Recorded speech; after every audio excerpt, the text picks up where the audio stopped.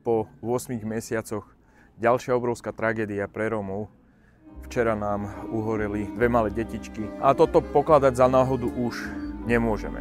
Toto je systematické ignorovanie stavu rómskych komunít. Napriek tomu, že tu máme historicky najviac peňazí, štát zanedbáva týchto ľudí a potom iba ako symbolické gesto môžeme takto páliť sviečky na dnes už nebohé deti. Pýtam sa, dokedy to takto budeme robiť. Štát má k dispozícii 1 miliardu eur na to, aby riešila hrozivý stav v rómskych komunitách.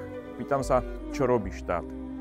Aká prevencia funguje v týchto lokalitách? Aké kroky od veľkého požiaru vo Veľkom Šariši urobili, aby zabranili podobnej situácii, ktorá sa napriek tomu, že už majú túto smutnú skúsenosť, opäť stala dnes, bohužiaľ, na Luníku 9. Koľko rómskych detí musí zomrieť v chudobných rómskych osadách, aby Robert Fico naozaj začal robiť niečo pre rómske deti.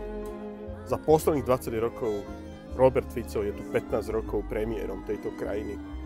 Za 15 rokov svojho vládnutia ani raz neprišiel za rómskymi deťmi a neurobil pre rómske deti absolútne nič. Jediné, na čo sa zmohol Fico, tak bolo nadávať na Rómov a posielať pravidelne policajtov do rómskych osad, aby aj rómske deti bili. Máme tu rekordne veľa peňazí, 1 miliardu eur, a aj Luník 9 si zaslúži, aby v tejto lokalite nás deti žili v bezpečných podmienkach. Dovolte aj mne vyjadriť úprimnú sústrasť všetkým pozostalým a je nám úprimne ľúto, čo sa stalo, a tak ako sme to zažili pred 8 mesiacmi vo Veľkom Šariši a čakali sme, že Alexander Daško príde s nejakými riešeniami, že vláda príjme nejaké opatrenia.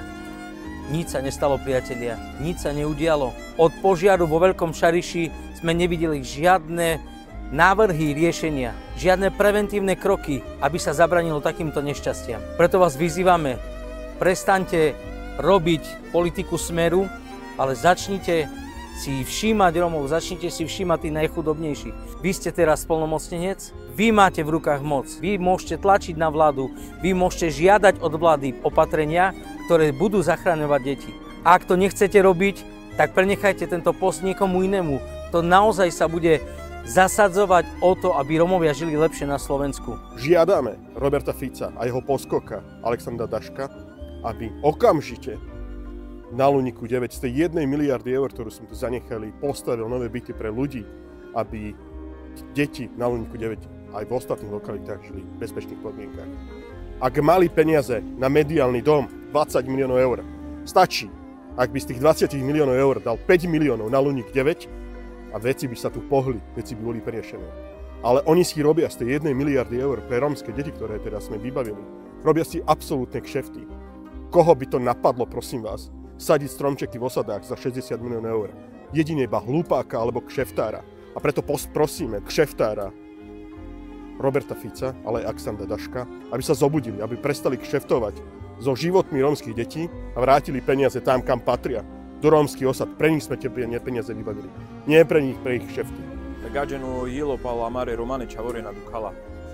Le romenge cingiolo ilo palo romane ciavore ame gor Kafkasar dikenaho ivaresave amare romane ciavore labon. Odahin nala ciosuno hoite shunel edai abo odat sar lengre ciavore roven sar labon Andrejak.